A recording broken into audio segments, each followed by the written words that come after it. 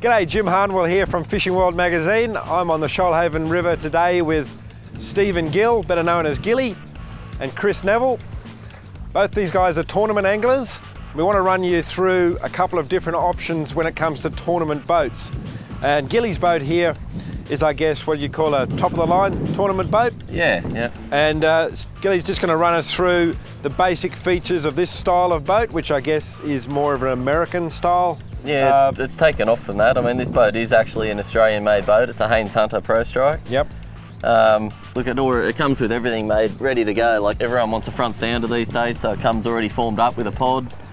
Same goes with the electric motor. Yep. They're just ready to bolt on. These would be considered standard features. Yeah, for a absolutely. boat. You need these sort of things now. Like, people used to say, oh, what do you want an electric motor for? And you wouldn't even go without it. Yeah. You really wouldn't bother fishing without one. Get another part of a really good tournament boat is like heaps of casting space. Yep, heaps of room. I mean, as you can see, you could fish 2-3 blokes up here. I mean, generally you'd only have 2.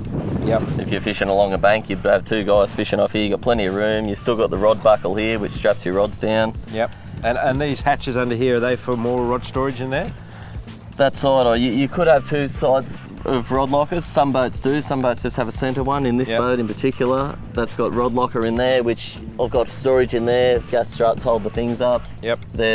You can fit 10 rods in there. You'd probably comfortably get away with 7. Now they're all lockable. All the front hatches are lockable. There's room for an anchor in under there.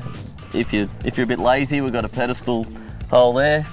People who don't like to stand all day. Yeah. And I've got battery storage, everything under here. Now, this is an 80-pound Minn Kota, so you've got to have twin batteries. Yeah, that's right. You need 2 24-volt batteries. Yeah, around 120 amp hour batteries to run that. So all these boats are incorporated. That's got specially made brackets in under there already as you buy it, ready to put the batteries on. So that makes it really simple. Sure. And I can see here you've got some little deck lights. I guess for night fishing and that sort of stuff. Yeah, and even early morning when you're loading the boat before a tournament, it's quite often dark. Sure. And you can't see what you're doing. A lot of boats even now come with the options of LEDs in the hatches so that you can actually, you open your hatch and everything's lit. You don't break a rod tip off trying to feed it into the locker. Fantastic. So, yeah, there's lots of gizmos. A nicely set up console here with your main sounder GPS unit. Yep, that's right. I mean, there is room for about up to a 7-inch sounder on the dash of these boats. Yep. A lot of guys who want to go to a 10 or a 9 or 8-inch sounder, if they won't fit on there, they quite often mount them on the side there. They cop a lot more weather there though, so I just thought I'd stick to the 7 and keep it on the console. Yep. But yeah, and I mean, as you can see, nice comfortable seats. So I guess you're travelling fair distances sometimes, aren't you? Yeah, like we just went through the chop then. It's good to have a bit of padding under your bum. It is nice. Yeah. And you've got more storage up here plus live wells. Yep, you've got a 110, 120 litre live well in there. Now, just explain, mate, when you're comp fishing, you have to, by some of the comp rules, you actually have to have live wells that specify a particular pump qualities and yeah, so that's on. Right. And like this is a flow right setup. Yep. This comes actually with a divider. It's got an aerator on there. My fish, every time I get them out of there after, even if the fish went in at the start of the tournament, like the first cast, 7 hours later you get them out of here, you can barely grab them, they're that lively. Yeah. And it's really well aerated, the water. It's got a divider there too, which is probably another necessity because a lot of tournaments these days in the ABT circuit are boater, non-boater. So you've got to have, if you were my non-boater, you'd have to have 5 fish. Yeah. So you might have 5 big ones, I might have 5 little ones or vice versa. Sure. And you just want to keep them separated, so that locks in there. So you'd have a side each. Yep. Which, I mean, otherwise you've got to have tags hanging on the fish and it becomes a hassle. Sure. Whereas that's just simple like that. And I mean, that's just one of the benefits of these sort of boats. Yeah. I guess the other thing that most people would notice with these style of boats is that they have quite big engines on them. I guess part of the whole comp scene now is basically these are high performance boats and you need to get to areas reasonably quickly. Yeah, and comfortably, yeah. So what's the top sort of speed you get with this boat? The top speed out of this, I've had about 93 kilometres an hour out of it. Still pretty quick. It is, it's quick enough. I mean, there's other boats out there with 250, 300 horsepower on there that are doing 140 kilometres an hour, which is, that's a new level again, isn't it? It sure is. Now Gilly's boat here is a prime example of a top-of-the-line specialist tournament fishing boat. It's great for what it does, but it is quite specialist, and it has to be said that a boat like this is not a cheap option. If you didn't want to spend that much money, or you wanted a boat that offered, you know, tournament fishing, but also other types of fishing opportunities, and a boat like Chris's here, which is a 4.5 metre tinny, offers the best of both worlds.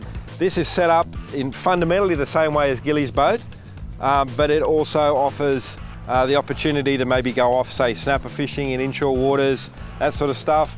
Also comes in at a much lower price point. And if you haven't got a decent sized car, it's much lighter to tow and so forth. But like I said, this boat is set up in fundamentally the same way as Gilly's. It's got an electric bow mount, Minn Kota iPilot up the front. It's got a bit of storage, not as much as a boat like this, but a fair bit of storage. It's got a live well, so that complies to tournament sort of standards. You've got rod storage here on the side. You've got your sounder here on a mount to the side, and there's plenty of casting room up the front. All in all, a really nice package that will enable Chris to effectively fish comps, but obviously not outlay, you know, the sort of money that Gilly has for his specialist boat. This boat's a tiller steer model. A lot of anglers really like tiller steer because it gives them a lot of control, especially when trolling and things like that. This particular model doesn't have an internal fuel tank. It's got its own little fuel tank here, a tote tank. All that does is bring down the price so you can get a good seaworthy little boat at a reasonable sort of a price. Chris, what are the main things you really like about this boat, mate? Mainly just the tiller steer is the main factor. Yep. Dislike is probably the fuel, having to carry extra fuel. Sure. And being able to not have all this tackle away is one of the bigger things. Yeah. Live well's definitely handy. Electric motor's a must, and same with the sounder. You've obviously fished quite a few tournaments now in your new boat. The front casting deck gives you plenty of room for lure fishing. Definitely. Would not think of fishing without one. Yep. Yeah, just makes it so much easier. Sure. And you don't see any little jealousies when you see the big guys go past in their skeeters and their pro strikes? It is a bit jealous when some of the big boys overtake you doing double the speed, but that's how it goes. You got to think too, mate, that they're using double the fuel as well. They are. But the other benefit of a tinny is you can also go fish rocky areas, reefy areas where these big glass boats just can't get. Yeah. So guys, I mean, depending on where you want to go with your fishing, if you want to get right into your serious tournament fishing and you want to specialise in that, like Gilly has, you know, a boat like this could be worth looking at. If you were maybe just wanted to fish tournaments more on a social basis and then do, you know, other styles of fishing and like Chris just said, maybe get into a bit of rack fishing and stuff like that where you didn't want a big glass boat, then something like this would be really handy. So there's a couple of options there, but both these boats, although quite different, do the same job effectively and well. Which way you go depends up to you.